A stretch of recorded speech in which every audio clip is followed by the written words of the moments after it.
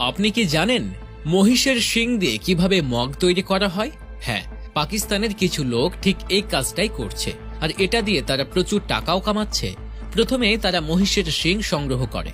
এই শিংগুলো দেখতে যেমন শক্ত তেমনি একটু ইউনিকও। এরপর শিংগুলোকে একটি নির্দিষ্ট আকারে কাটা হয়। এই কাজটা কিন্তু খুব সাবধানে করতে হয়, কারণ শিংটা যেন ঠিক মতো কাটা হয়। কাটার পর শিংয়ের ভেতরের শক্ত অংশটা বের করে ফেলা হয়। এই অংশটা আসলে খুবই শক্ত, তাই এটাকে আলাদা করা জরুরি। এরপর আসে পলিশ করার পালা।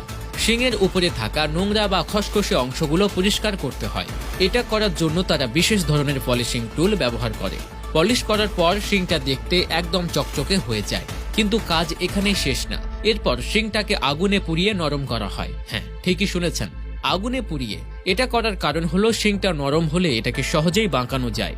শিংটাকে প্রায় 30 মিনিট পর্যন্ত আগুনে রাখা হয়। এই পুরো প্রক্রিয়াটা কিন্তু খুবই সময় সাপেক্ষ এবং সাবধানতার সাথেই করতে হয়। যখন শিংটা নরম হয়ে যায় তখন এটাকে বাঁকিয়ে মগের আকৃতি দেয়া হয়। এই অংশটাই সবচেয়ে গুরুত্বপূর্ণ, কারণ